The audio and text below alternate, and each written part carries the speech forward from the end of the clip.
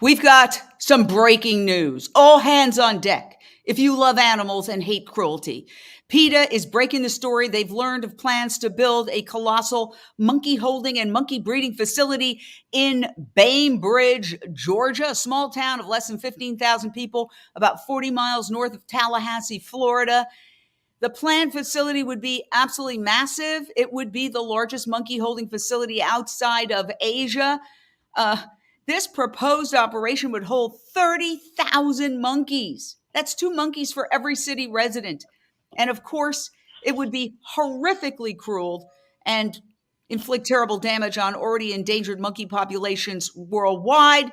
And the good news is the people of Bainbridge are standing up and saying, no way. We do not want to risk disease throughout the United States. We do not want ecological disaster for our residents and our surrounding community.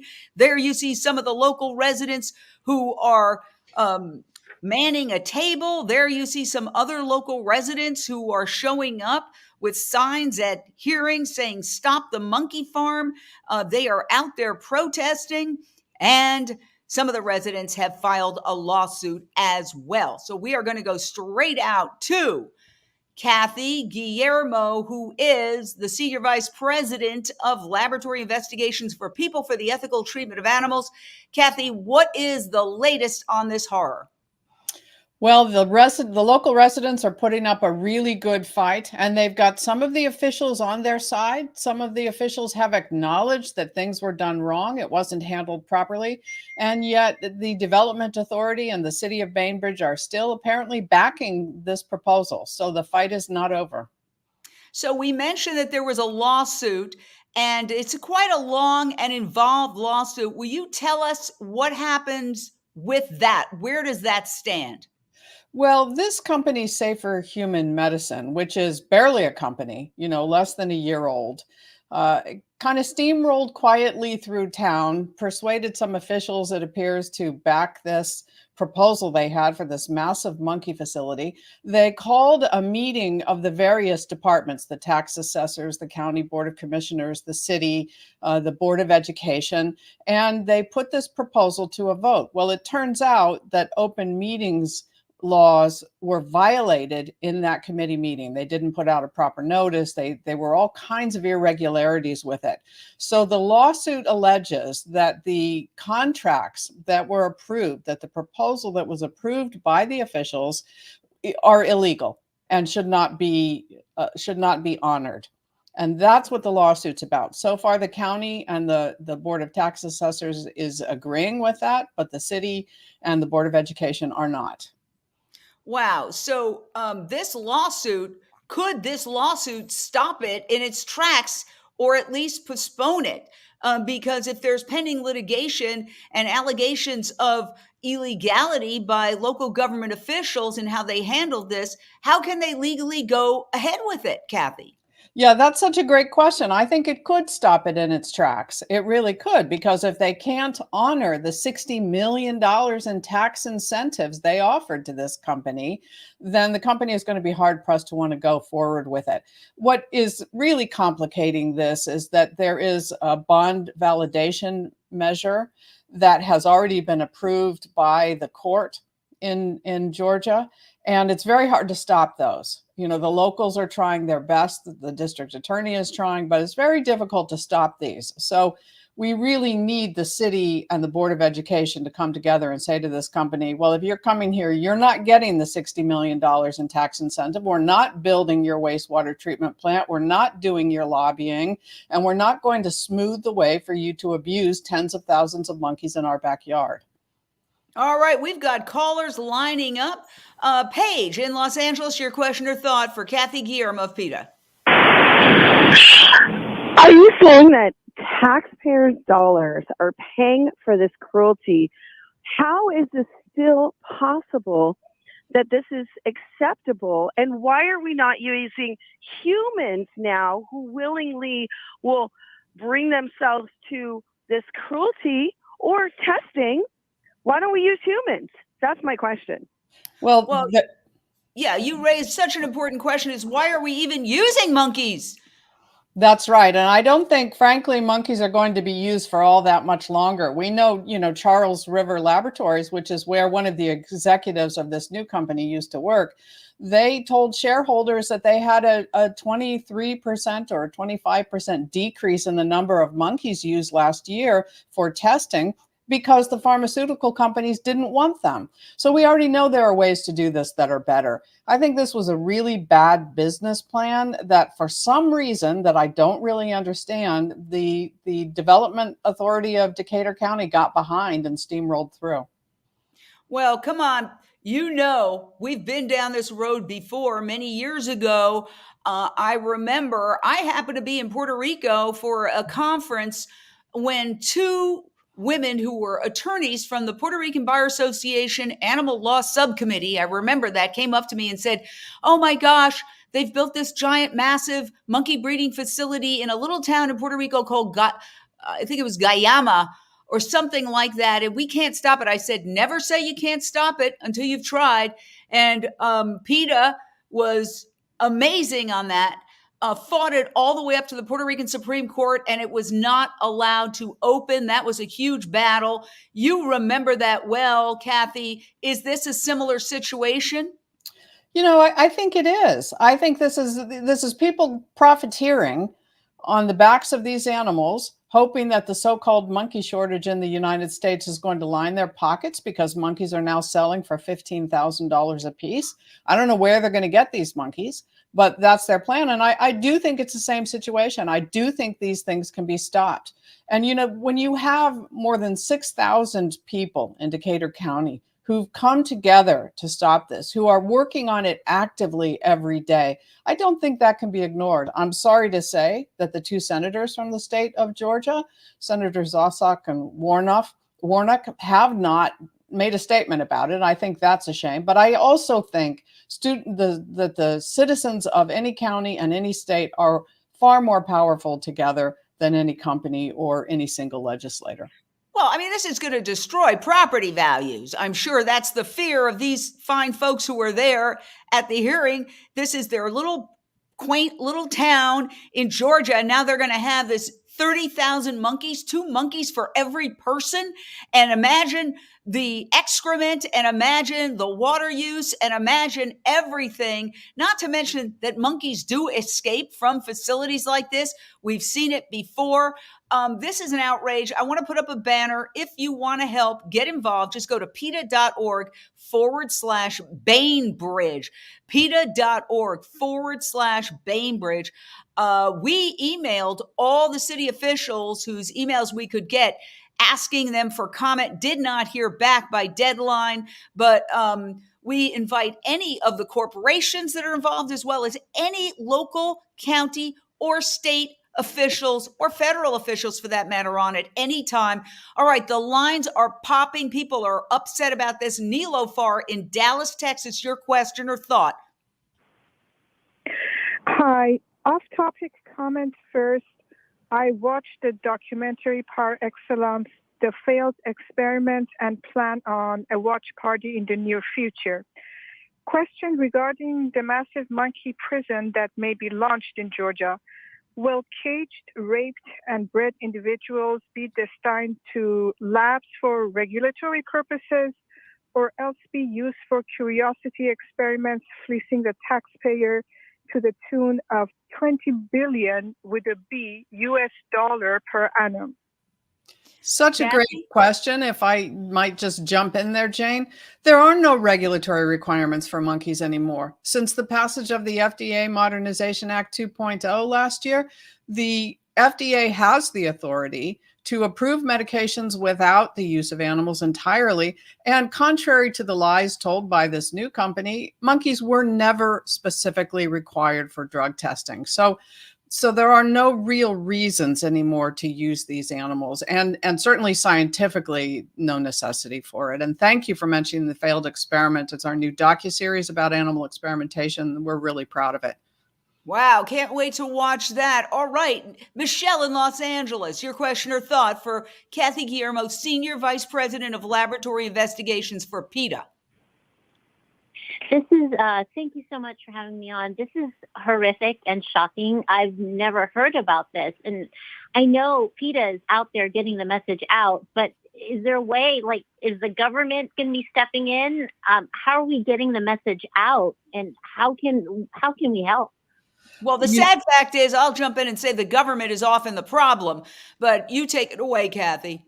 Yeah, that's right. The government is complicit in the use of monkeys. In fact, the Centers for Disease Control, which oversees the quarantine of imported monkeys, is a massive monkey experimenter itself. So we have an issue with the fact that the government hires companies like this to buy monkeys from. They put them on contract. Charles River Laboratories, for example, has multiple contracts with the U.S. government. So the government's definitely complicit. This situation in Georgia has made national and international headlines. But if you missed it, definitely go to PETA.org and you can take action there, because it's a national issue. It's not as though there are going to be 30,000 monkeys who go to this facility and that's that. There are going to be thousands of monkeys going in and out of this facility. They're going to be trucked across the United States. They may be passing through the states that you're in on their way to laboratories. We know monkeys bring disease in, no fault of their own. These stressed animals, many of them ripped out of their own forest homes. And these diseases are transmissible to humans. So it's a huge national concern as well as a local and state one. All right, our next caller, Tanya in Dallas, Texas. Your question or thought for Kathy Guillermo of People for the Ethical Treatment of Animals. Hi, I was wondering, what is the background of the group that's going to be operating this facility, trying to operate this facility? Well, I think dastardly would be the word that I would use. The man who is going to be, or is, the CEO of Safer Human Medicine used to be the vice president and chief operating officer at, wait for it, the Envigo Beagle facility in Virginia, which was exposed in a PETA undercover investigation, eventually investigated by the U.S. Department of Justice, was compelled to close down, agreed to close down under threat of federal lawsuit, and released 4,000 beagles for adoption. So he hasn't exactly got a great track record. One of the other three people involved comes from Charles River Laboratories, where he was an executive in charge of importing monkeys. Let me just remind our audience, in case they don't know, Charles River is under investigation for possibly illegally importing monkeys into the U.S., and they're under investigation by not only the Fish and Wildlife Service and the Department of Justice, but the U.S. Securities and Exchange Commission for alleged irregularities. So it's a very checkered past these people bring to it. And I would like to play a clip provided by PETA that talks about, essentially, this is one of the people who is running this company that wants to open this monkey breeding facility. Here's what he told the people of Bainbridge, and then you can respond to it. So COVID happened, and when you produce beagles, typically they're used at 6 to 9 months for the research work. So there was almost zero demand for canines, all right? We could have, and been totally legal, we could have euthanized all of those dogs, all right? And I said, no. We didn't try and make money on it. All right, what's your take on that recorded conversation? That was a bald-faced lie, a bald-faced lie. For years, that facility had treated those dogs as little more than commodities to be sold, which is what they were. Hundreds of puppies dying, terrible teeth, beagles crammed together in cages, barking their heads off because they're just so miserable. Untreated veterinary conditions. It was a mess, and it was a mess on his watch. So to come on to the video that was recorded, or to say to the people of Bainbridge, hey, it wasn't our fault, it was the pandemic, outright lie. Wow. Okay.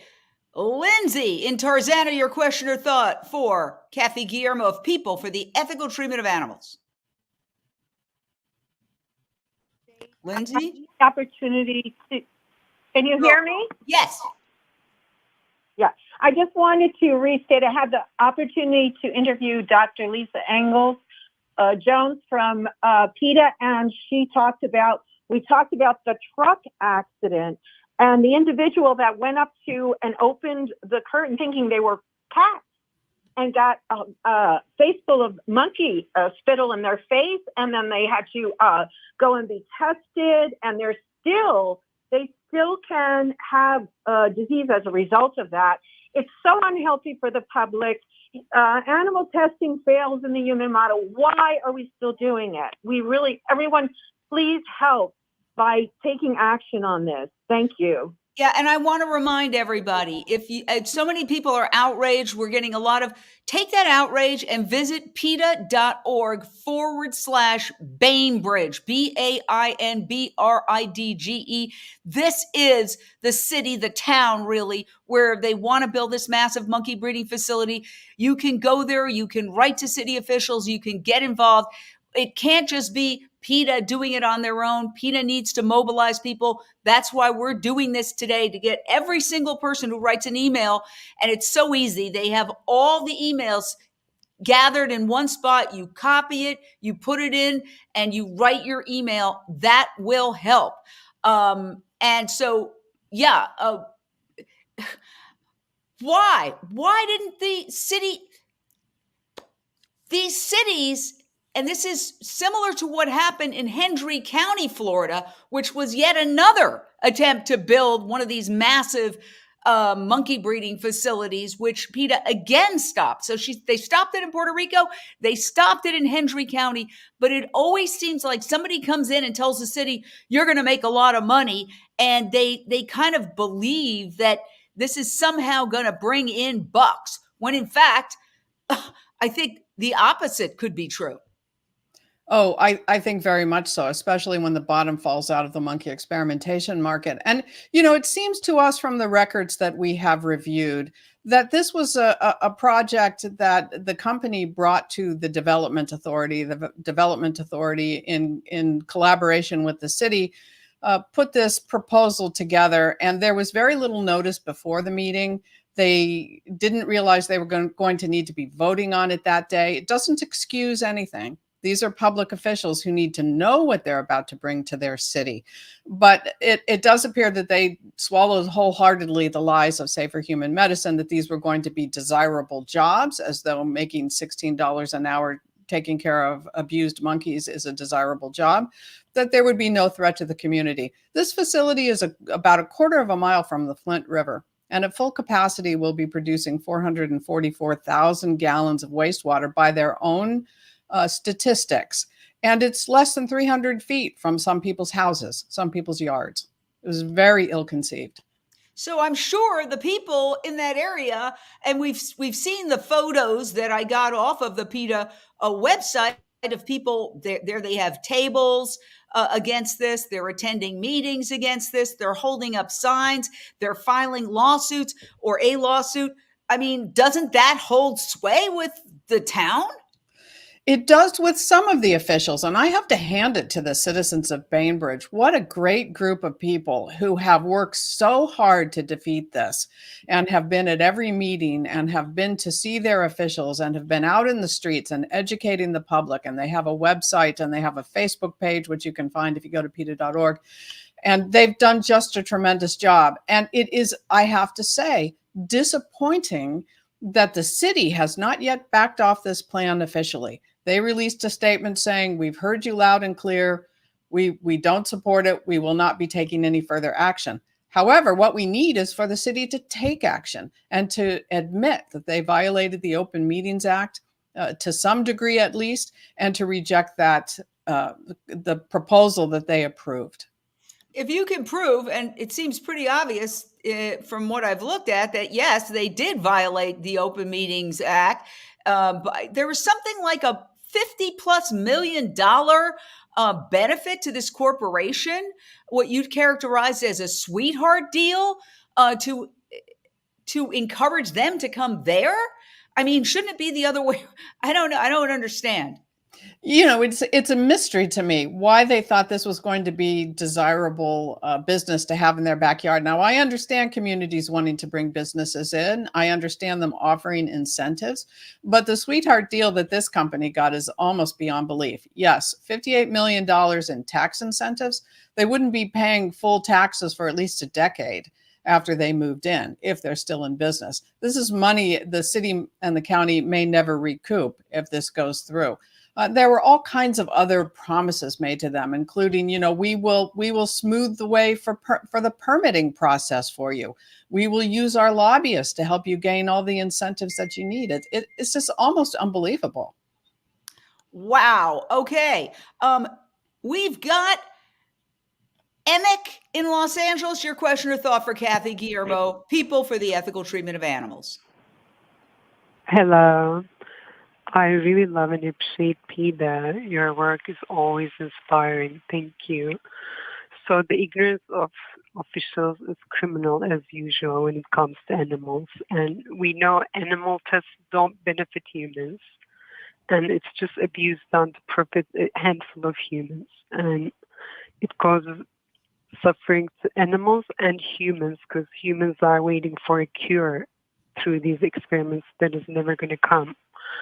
So I'm curious, to me, anyone who even brings animal testing and abuse must be fired immediately. It's 2024.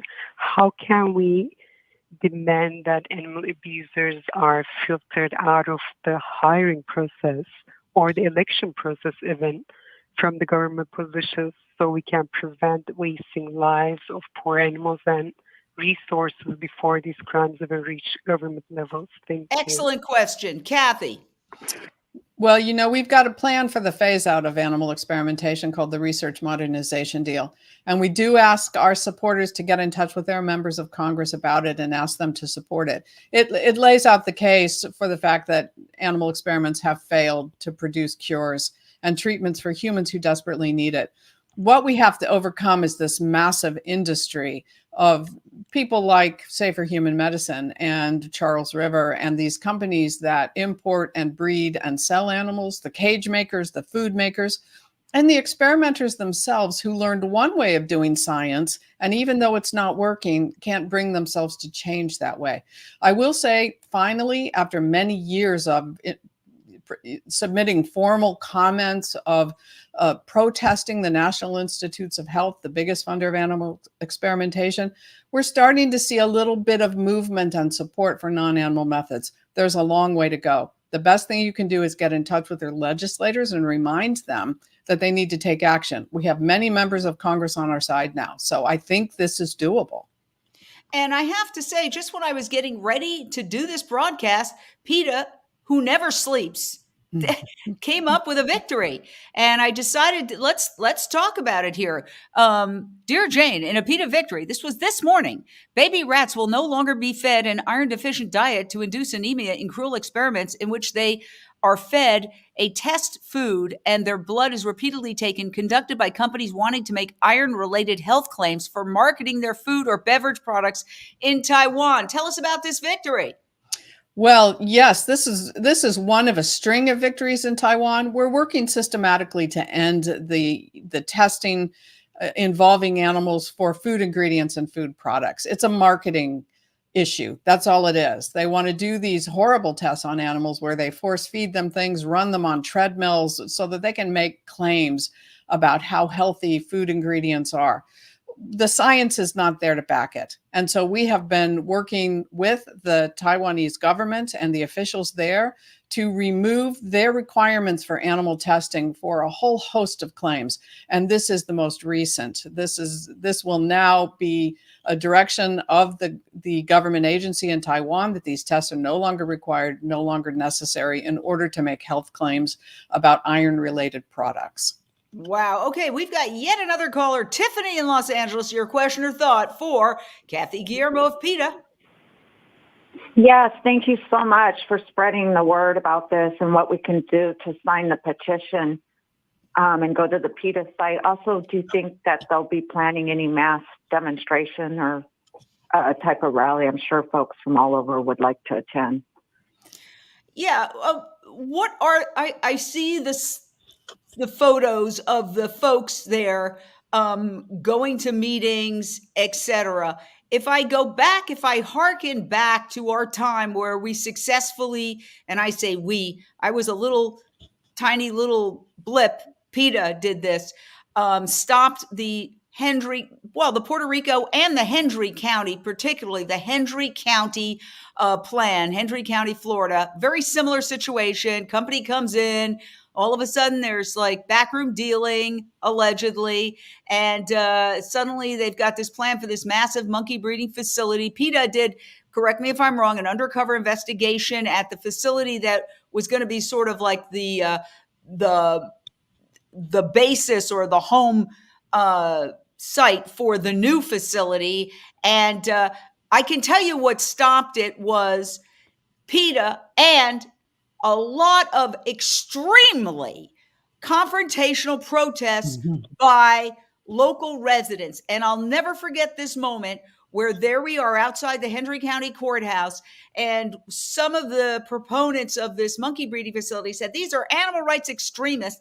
And all of a sudden, about 20 old ladies in tennis shoes, one of whom was wearing a little hat with a plastic orange on her head, in their 80s, were like, you're going to call us animal rights activists? We're citizens. We don't want to ruin our beautiful state and our beautiful community. Clearly, these were local residents. These weren't some animal activists who came in from out of state, as was alleged. I was out of state, but I was there as a reporter. But they had to get really in your face with these Hendry County commissioners till they really felt like, oh, my career's over if I don't. It can't just be polite, unfortunately. I wish it could. Well, I'll tell you, the residents of Bainbridge have been very much in the faces of their officials. They've been to the city meetings and the county commissioners.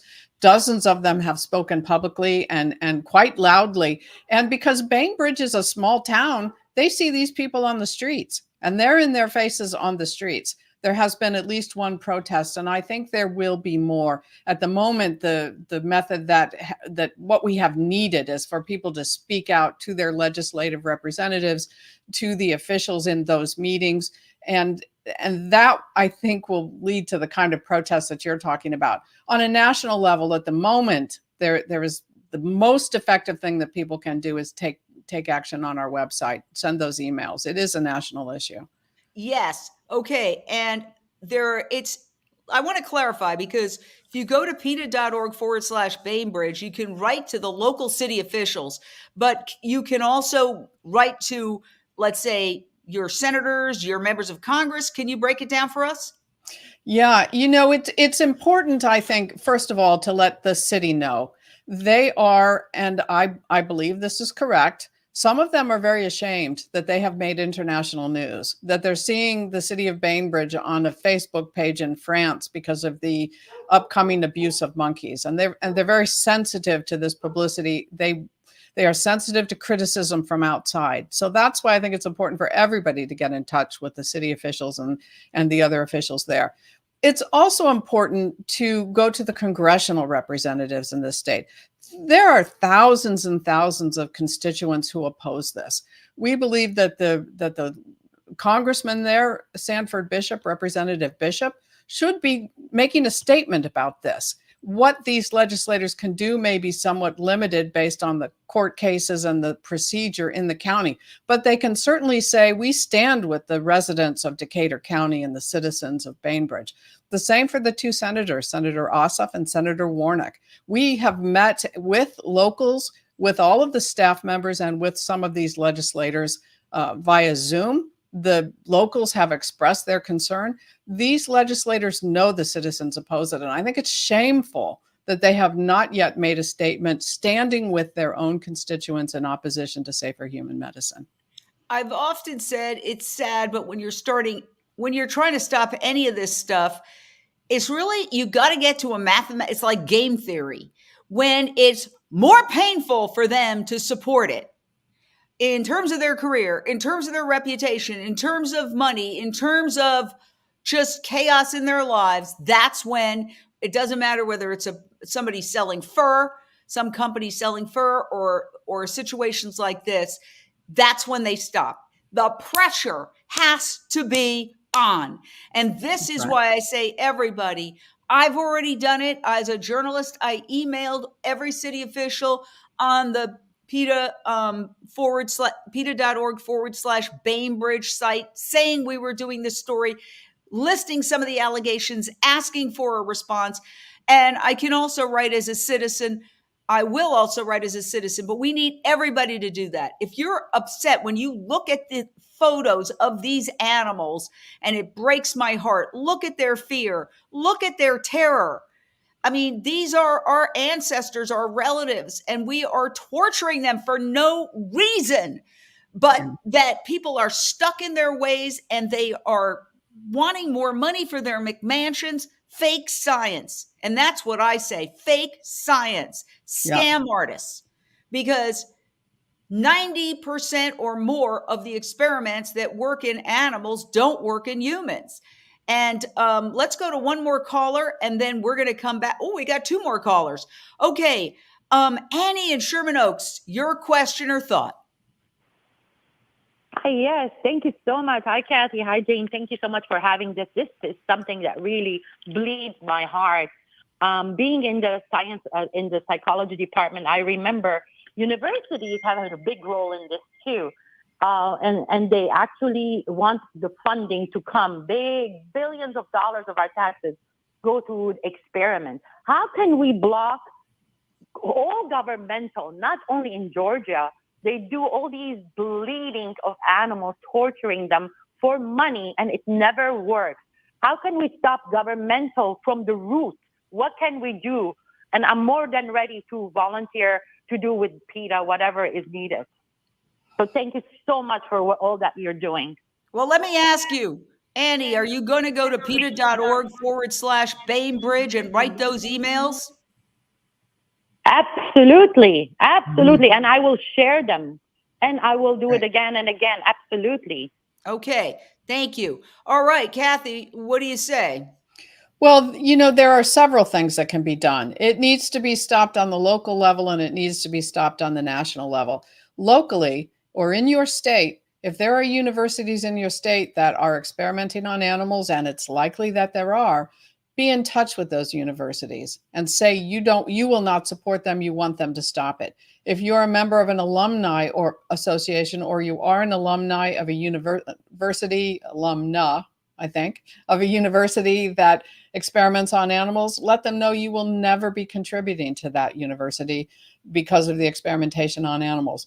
It's important. And I want to jump in and say that my alma mater, NYU, calls me every so often, and I say, until you stop all animal experimentation, I am not giving a penny to NYU. Not a single penny. Please pass that along to upstairs. I say it every time. Fantastic. That's exactly what needs to be done. Then on the national level, we have the National Institutes of Health, which doles out about $19 billion to various facilities, mainly universities in the US and overseas. And they have a long way to go. And the only thing that is going to change it is public outcry. It's just as you said, Jane, it's got to be pressure and it's got to be constant. It's got to be more painful for them to do this than to stop it. And that's both pressure on NIH, and you can do that through many of the action alerts on our website, and also members of Congress. There are two things, if I may say, for members of Congress. One is to urge them to support the Research Modernization Deal, or the RMD as we call it.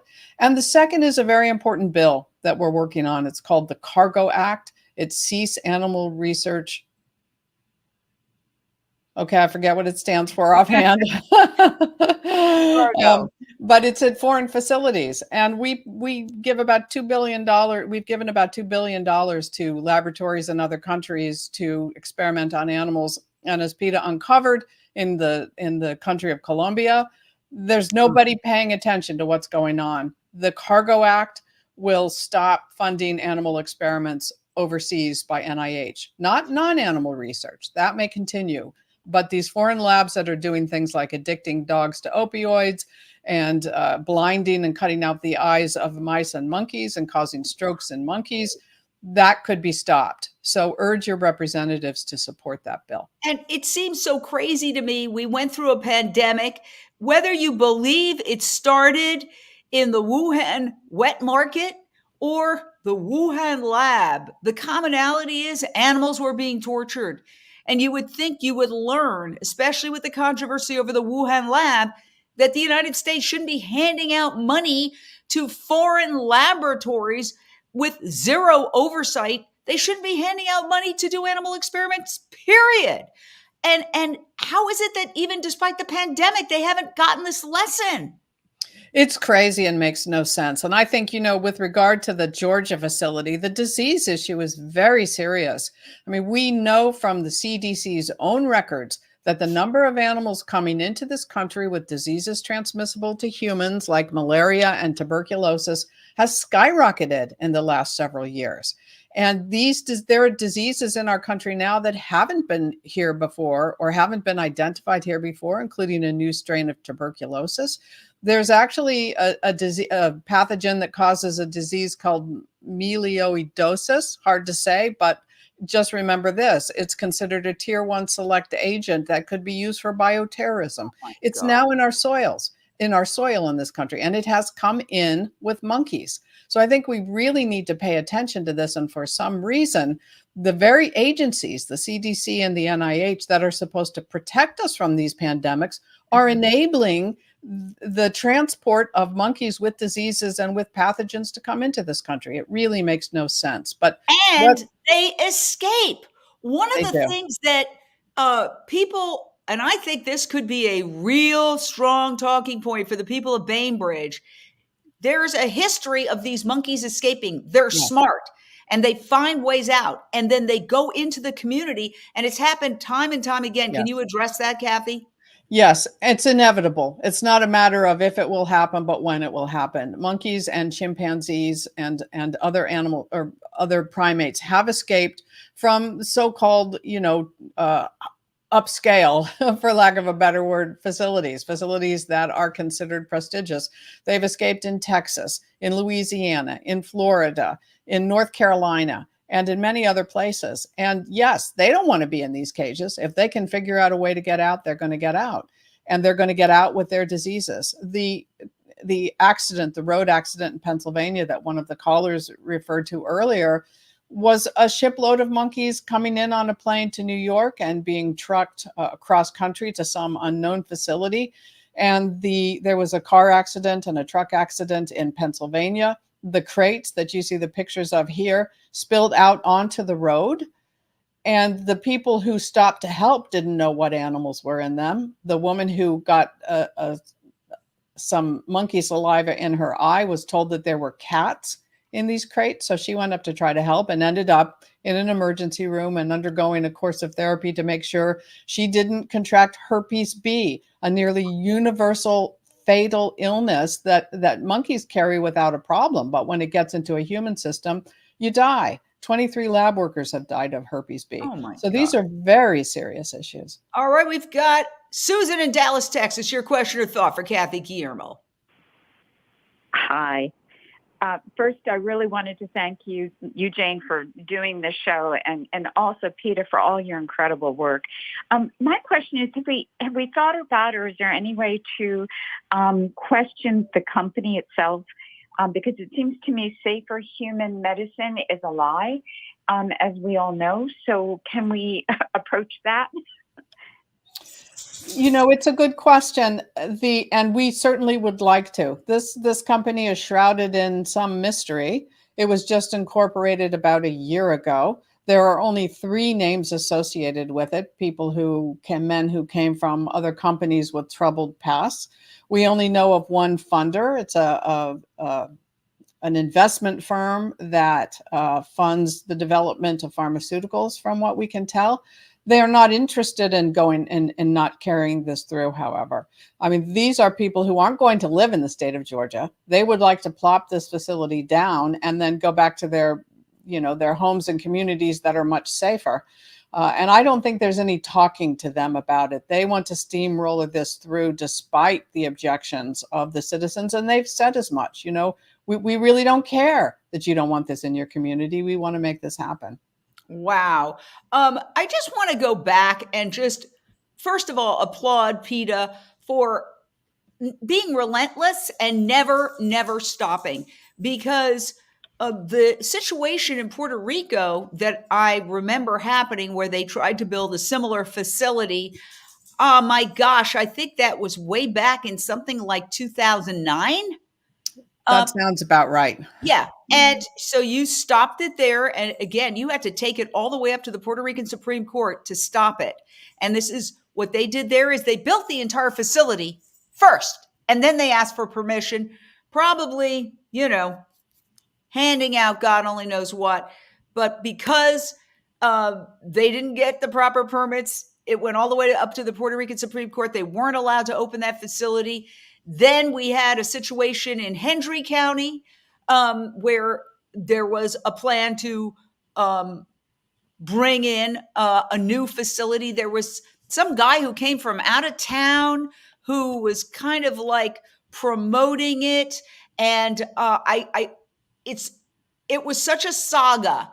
I remember that there was a moment where all the different counties were going to show off their business plans and everything they were going to do for new business.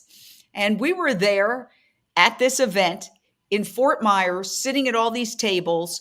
And there was this one activist who said, I really don't want to be here. And I said, well, you don't have to be here if you don't want to. We bought tickets. We're here. Let's just see what happens. And we were just sitting there as Hendry County did their entire presentation, never mentioning the proposed monkey facility. And this same woman who was so reluctant to be there suddenly jumped up. This happened, ran to the front of the stage, jumped on the stage and said, you are lying. You are omitting the huge monkey breeding facility you want to put here. All hell broke loose. And that was the end of it. And then when we drove up to investigate further, a few days later or a week later, sometime later, the guy who had come from out of town to push this whole thing had left. And literally it was like he cleared out and fled. The door to his home was open. And we just walked in and we looked. It was like he skipped town. That has never lost me. Never left me, that whole saga where one protester, who at first didn't want to be there, but then when she heard the dissembling and saw that they were going to hide this big plan, just lost it and jumped up there. She wasn't violent, but she disrupted the whole thing and said, you're leaving out your big plan. And it made the news. It was chaos. And that's what did it in. I personally believe, obviously, along with the great work of PETA, it just shows you one potent activist really putting her foot down and being disruptive in a peaceful, nonviolent way that can also help. It's everything, Jane. It's everything. And as far as sticking to a campaign, well, that comes directly from my boss, Ingrid Newkirk, who always says animals don't need 5-minute friends. We've got to start something and we've got to see it through. And I have to also let your audience know that Charles River is trying to put a similar facility in Texas. And we've worked with the locals there. We're perhaps in a slightly better place there now than we are in Georgia, because Charles River has said, look, we didn't know there would be such opposition. We're putting this plan on hold for the moment. The fight's not over. But the point is, this can happen anywhere. This can happen in your community. If you think it's just Georgia or you think it's just Brazoria County, Texas, it's not. It can be anywhere where there's a piece of land where somebody thinks they can make money by buying and selling monkeys like they're slaves. Wow. Well, we have a lot of people who called in from Texas today. So what can they do?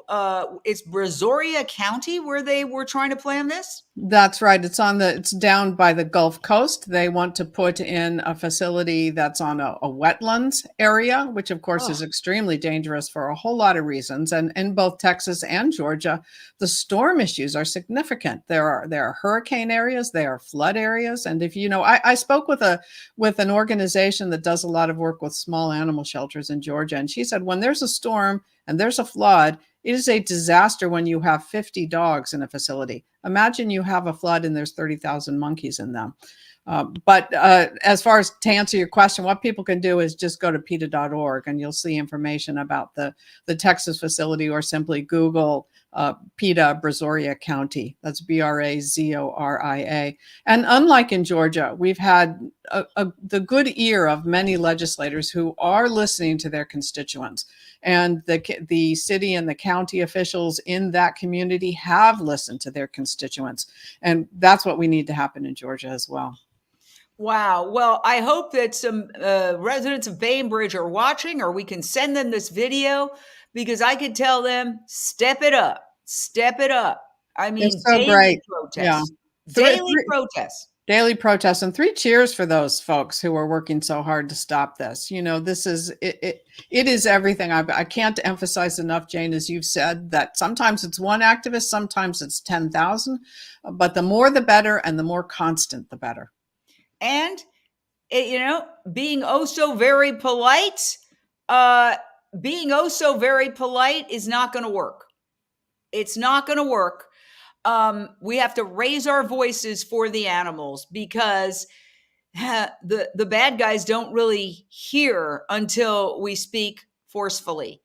Polite letters, I wish I was wrong. I wish polite letters would work. But, throughout all of these campaigns, it always starts with a polite letter, doesn't it? In virtually every case. And you're right, silence is death for animals. They don't have the time to wait for us to be quiet and to be polite. We need to be loud, and we need to know we're right, and we need to keep it up. So let's talk. You said that there are promising aspects to what's happening with animal experimentation, the research modernization deal. Where does that stand? Because what is it in a nutshell, and where does it stand? The research modernization deal was developed by scientists at PETA in response to a request from the Dutch government, who was looking for a plan to phase out the use of animals. And so on very short notice, we put together all the information that we already had, but had never quite been put together in a strategy before. And what it does is lay out the evidence that shows the failure of animal experiments. For example, the 95 to 100% failure of all treatments for many serious disease areas that have not worked in humans, even though they appear to be promising in animals. And then it's a strategy, a 5-point strategy that says, here's what officials need to do. First of all, when we know an area of animal experimentation is not working, say sepsis experiments on animals, sepsis, of course, being what happens to so many people in hospitals when their body reacts to infection and can shut down, kills more than 100,000 people a year. 150 drugs developed in mice, none of them worked in humans. So when we know an area of research on animals is not working, stop it immediately. We know it doesn't work, quit putting good money after bad. The second is to find out scientifically every other area that we're not sure about. Conduct those systematic reviews, put together the evidence, which we know is there, that it's not working, and then stop those areas. And then there are a number of other steps involving implementation of non-animal methods. We have to change the committees that review the proposals for funding at NIH, because these committees are largely composed of animal experimenters. And we need people with expertise in non-animal methods. We need the government to get behind education on non-animal methods. The methods are there. This isn't a matter of we have to develop a whole lot of new things. It's there. But we need to encourage young researchers to follow this information, to learn about non-animal methods, and we need to take the pressure off graduate students in the sciences to do animal experiments, which is something we exposed in a short documentary called Test Subjects, about 3 of our scientists who were compelled to do animal experiments in order to get their doctoral degrees. And it was so devastating for them, it changed the whole course of their careers. Oh, I can't even imagine. I mean, this is also across the board. I've talked to people who are in vet school who don't want to do animal experimentation or cruel whatever. And they're like, well, I need to I've invested so much to become a veterinarian. But, there are people who have made history by refusing to do vivisection and filing a lawsuit and finding out that a lot of their fellow students feel the same way, but were unwilling to reveal it for fear of repercussion. And then when one person stands up and does it, a lot of other people say, I feel the same way. I didn't want to say anything, but I don't want to do this either. So that's why it's so important for one person to take a committed stand and stick their neck out. Is that not true? Oh, it's completely true. I mean, we do a lot of lawsuits because this is why, because we've got to fight these things, and sometimes it's one person and one lawsuit that does it. And just to answer the second part of your question, Jane, where it stands now is that members of Congress know what the research modernization deal is. We now need those members of Congress to compel NIH to take the steps we outlined. We're gaining traction in Europe. We know in England and certainly in the European Parliament we have support. And the members of the European Parliament have even voted to compel the Commission to come up with a plan to phase out experimentation. And they did this after they read the research modernization deal. So there is progress, but it can be slow unless we really keep at it. So again, pardon me if I'm a little confused about this, because I thought maybe this passed, but has it been signed into law? In Europe, do you mean? Or no, the research modernization deal? Not yet. At the moment, we are still at the point where we need members of Congress to not only be familiar with what it is, but to take action with the National Institutes of Health. I think the Cargo Act that I mentioned earlier is really their first step in that direction, and the FDA Modernization Act as well, frankly. But the Cargo Act, which says, okay, this is a bridge too far when we're sending this money overseas. It needs to end everywhere. Let's start with where we don't have any oversight of it. It has not passed yet. It needs to. What we've seen is that the National Institutes of Health, under the new director, Director Bertagnolli, have made a commitment to supporting non-animal methods and implementing non-animal methods. And they did this under pressure from people within NIH and from our scientists who have consistently and repeatedly pointed the way forward for them. And we were really happy to see in the new announcement that they made about 2 weeks ago about this, that many of the steps that we had recommended were included. So it's positive, but it's all in the doing. You can say a lot of things, but if it's not done, it doesn't make any difference. And that's why we still need people to be in touch with members of Congress about it. And we only have a couple of minutes left. I just want to cover some of the hideous, idiotic experiments. I was actually calling, and I didn't get a pickup on an experiment, names aside, because, journalistically, I would have to reach out to them. But I did try to reach out, but after business hours, they're subjecting monkeys to severe noises every 15 minutes to test what nonsense? This is just a crazy experiment. And what we don't go into in the emails that we send out, because it's just too complicated, is that this experiment originated at the University of Massachusetts Amherst, where we're trying to stop the use of marmosets in ridiculous menopause experiments. The same experimenter who is doing those came up with this plan to wake up tiny, gentle marmoset monkeys every 15 minutes all night long. And somehow this is supposed to tell us something about humans with Alzheimer's or dementia who have trouble sleeping. I mean, it's insane on the face of it, and her own university wouldn't even let her do it. She's got funding from NIH. She went to University of Wisconsin and they agreed to do it. And it hasn't started yet to our knowledge. That's why we're working so hard right now. We've had the call-ins and the emails. And if I have to, I'm going to stand outside this experimenter's door banging a pan every 15 minutes so she has a sense of what it is. But it's a ridiculous thing. There are brain scans with human beings who have trouble sleeping right now that are being done. It's ridiculous that somebody is suggesting this has anything to do with helping human beings. Well, it's all follow the money. It's easy to get research grants when you say, okay, I'm going to take this many monkeys and do this terrible thing to them. But that's not moving science ahead. That is just barbaric. It belongs in a medieval torture museum. We are in the 21st century, and it makes my blood boil that a single tax dollar that I contribute would go to any of this. And I just am so grateful to PETA for never giving up. Relentless, strategic, all hands on deck. PETA makes it happen.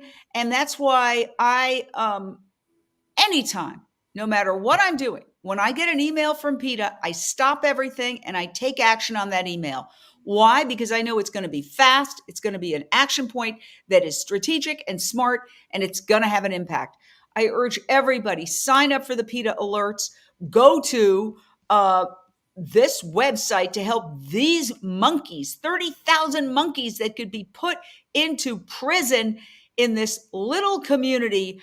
And it's very, very easy. Go to PETA.org/Bainbridge, PETA.org/Bainbridge. Follow the prompts. Let them know that this is shameful and that nobody wants it. And I really, really want to say once again, PETA, wow. I have been following you for my entire career and always, always, always on the mark, making positive change. Thank you, Kathy Guillermo. Thank you, Jane. And thank you for your activism. I mean, you've made a world of difference to animals, and we're so grateful and such big fans of yours. It's a team effort. See you next time here on Unchained